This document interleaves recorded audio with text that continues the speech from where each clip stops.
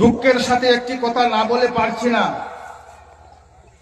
2018 সালের নির্বাচনের পাক মুহূর্তে যেভাবে বিজেপি মিথ্যা প্রতিশ্রুতি দিয়ে মানুষকে বিভ্রান্ত করে তারা ক্ষমতার মসনদে বসেছে, আমরা 6.5 বছরের মাথায় যেটা দেখলাম, আজকের পত্রিকায় বেরিয়েছে বিজেপি সরকার 26,000 কোটি টাকা ঋণ নিয়েছে।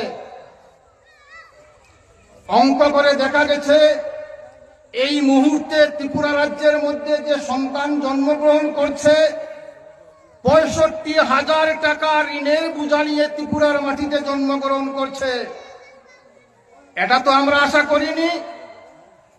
শুধু ঋণের বোঝা না, সবকা সাথ সবকা বিকাশের মাধ্যমে একটা পার্সেন্টেজ 1 বা 2% লোকে কোটি কোটি টাকা আত্মসাৎ করছে।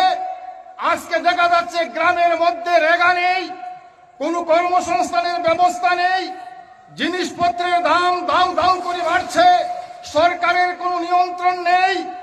আমরা সেই সরকারের বিরুদ্ধে জঙ্গি মনোভাব নিয়ে রাস্তায় নামতে হবে।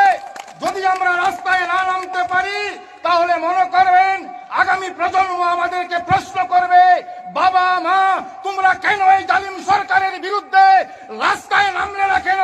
আজকে আমাদের মাথায় 65,000 টাকা ঋণের বোঝা, আমরা কোথায় থেকে এটা পরিশোধ করব? বন্ধুগণ, আমি আপনাদের সম্মুখে আরো একটি কথা বলতে চাই। 2018 সালের নির্বাচনের আগে আমরা বলেছিলাম, আমাদের প্রাক্তন মুখ্যমন্ত্রী মানিক সরকার বামফ্রন্টের প্রথম ইস্তেহারে আমরা দিয়েছিলাম, যদি 8ম বামফ্রন্ট সরকার আমরা গঠন করতে পারি তাহলে এ রাজ্যে আমরা শান্তি সম্প্রীতি বজায় রাখবো। প্রতিক্রিয়াশীল চক্র, এক শ্রেণীর প্রতিক্রিয়াশীল চক্ররা বলল মানিক সরকারের শান্তি সম্প্রীতি মাথা দেয় না। কোথায় দেয়? আজকে হাড়ে হাড়ে আমরা টের পাচ্ছি সারা রাজ্যের মধ্যে একটা অশান্তির পরিবেশ। কেউ বলছে জয় শ্রীরাম, আর কেউ বলছে নারায়ে তাকবীর আল্লাহু আকবার। আজকে দেখা গেছে 2টা স্লোগানই ব্যর্থ। মানুষকে বিভাজন করার জন্য কৈলাসরের মাটিতে কেউ বলছে জয় শ্রীরাম, আর কেউ বলছে নারায়ে তাকবীর আল্লাহু আকবার। আমরা দেখেছি এই রাজ্যে শান্তি সম্প্রীতি যদি ফিরিয়ে আনতে চান, একমাত্র লাঙ্গল ছাড়া আমাদের কোনো বিকল্প নেই, বামফ্রন্ট সরকার ছাড়া আমাদের কোনো বিকল্প নেই। আমার আলোচনা দীর্ঘায়িত করব না। আমি কংগ্রেস বন্ধুদের কাছে দৃষ্টি আকর্ষণ করে বলছি, বিশেষ করে আমাদের এই 53 বিধানসভার মাননীয় বীরজিৎ বাবুর দৃষ্টি আকর্ষণ করে বলছি, আমি 2023 সালের নির্বাচনে টিলাবাজার ইঞ্জিনিয়ার আনোয়ার হোসেনের বাড়িতে আমরা একটা 2 থেকে 250 আমাদের পার্টি সভ্যকে নিয়ে আমরা বসেছিলাম।